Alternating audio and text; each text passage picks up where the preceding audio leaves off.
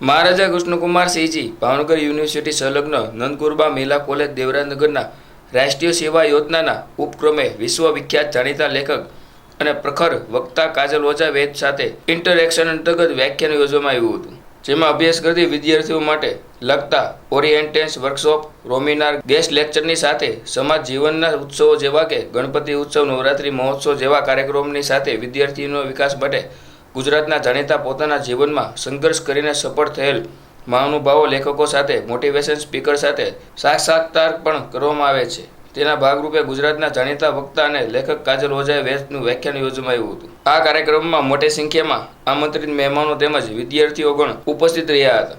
રચના થઈ શકે તો મને એવું લાગે છે કે ફેમિનિઝમ સફળ છે. કે ઇન્ડિયામાં ડિવોર્સના રેટ પહેલા બહુ ઓછા હતા, હવે ડિવોર્સના રેટ બહુ વધારે થઈ ગયા છે. તો એ વસ્તુ હું માનું છું કે નાની નાની વાતમાં ડિવોર્સ કરી નાખે છે, બે સાઈડ એડજસ્ટમેન્ટ નથી થતું. પણ શું આ ડિવોર્સના રેટ ઓછા હોય એ વાતમાં ગર્વ થવું જરૂરી છે? બે વસ્તુ છે. હું એવું માનું છું કે જો મન મેળ ન જ હોય, બધો જ પ્રયાસ કર્યા પછી પણ જો તમને એમ લાગતું હોય કે સાથે નહીં જ રહી શકાય, તો એ દિશામાં વિચારવામાં કોઈ નાનમ ભૂલ ખોટું નથી. સાથે જ હું એવું માનું છું કે પૂરેપૂરા 100% પ્રામાણિકતાથી સાથે રહેવાના પ્રયાસ કરવા જોઈએ, કારણ કે બે લોકો પરણે છે સુખી થવા માટે અને સુખી કરવા માટે. કોઈ પરણે ત્યારે એવું મનમાં નક્કી હોય છે કે આપણે 6 મહિનામાં છૂટાછેડા કરશું. એવું હોય તો મા બાપના આટલા પૈસા ના બગાડો.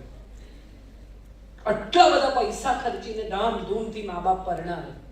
લગ્ન ઉત્સવ નથી, લગ્ન કમિટમેન્ટ છે. તમે કેટલો ખર્ચો કરીને કયા કપડાં પહેરીને પરણો છો એનું એટલું મહત્વ નહીં રહે 5 વર્ષ પછી. મહત્વ એ વાતનું રહેશે કે તમે એકબીજાને કેટલું સમજ્યા, એકબીજા સાથે સુખી છો કે. અને બીજું એક તમને બધાને જે ઉંમરમાં છો એમાં કહી દઉં કે સગવડ સુખ નથી. 2 ગાડી હોય, 4 બેડરૂમનું ઘર હોય, 2 નોકર હોય, તો આ સુખ નથી, આ સગવડ છે. સુખ એ છે કે સવારનો 1 કપ ચા પતિ પત્ની સાથે બેસીને પીવે,